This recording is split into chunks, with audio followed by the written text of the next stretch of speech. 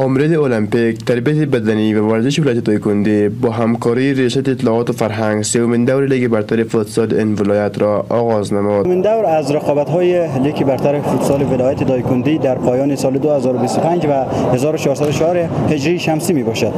این لیگ به شکل یا این مسابقات به شکل دوره‌ای برگزار میشه. در اینجا 8 از قبل مشخص بوده حضور داره.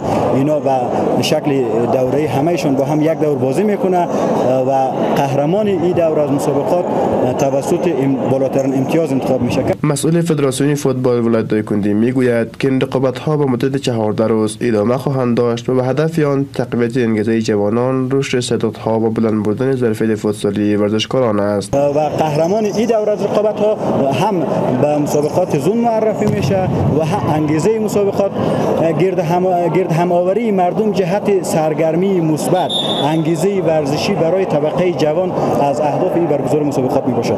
با آغاز این رقابت‌ها شمار از ورزشکاران نیز استقبال کرده و برگزاری چنین برنامه‌ها را جهت بالا بردن ظرفیت فوتسالی و تقویت روحیه ورزشی میان جوانان مهم می‌دانند. این بازی‌ها بسیار خوب است دیگه، مثلا برای ورزشکارا، برای جوانان، کسایی که می‌خواهند مثلا پدیده چی مثلا در دایکنده چشونه بسیار خوب است که لیگ برگزارش نمود.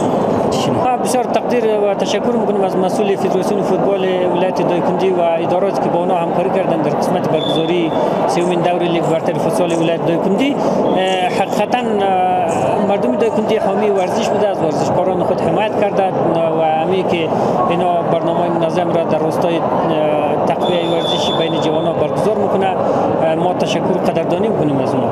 آنان نبود یک سالن معیاری و مشکلات اقتصادی را از عمده‌ترین چالش‌های ورزشی عنوان نموده و از تاجران و مقامات محلی می‌خواهند که برای توسعه ورزش در این ولایت همکاری نماید. تجارت خواهش می‌کنیم که مثلا در بخش ورزش ناکست دست ورزشکارا و مکان‌های خود بگیره. قابل ذکر است که این اداره چند قبل لیگ برتر فوتبال ولایت دایکنده را نیز برگزار نموده بود.